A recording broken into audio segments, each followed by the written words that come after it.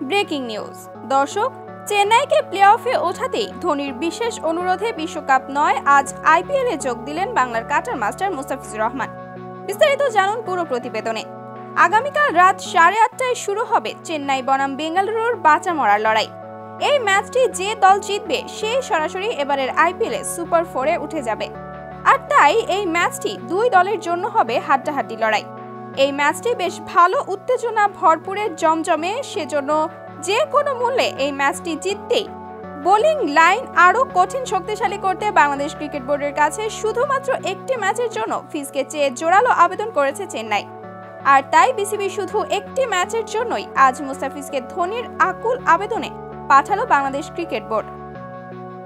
দর্শক, তবে যদি চেন্নাই সুপার কিংস সেমিফাইনাল খেলার যোগ্যতা অর্জন করে ফেলে, তাহলে মুস্তাফিজুর রহমান ফাইনাল পর্যন্ত খেলতে পারবে বাংলাদেশ ক্রিকেট বোর্ড বলেছেন।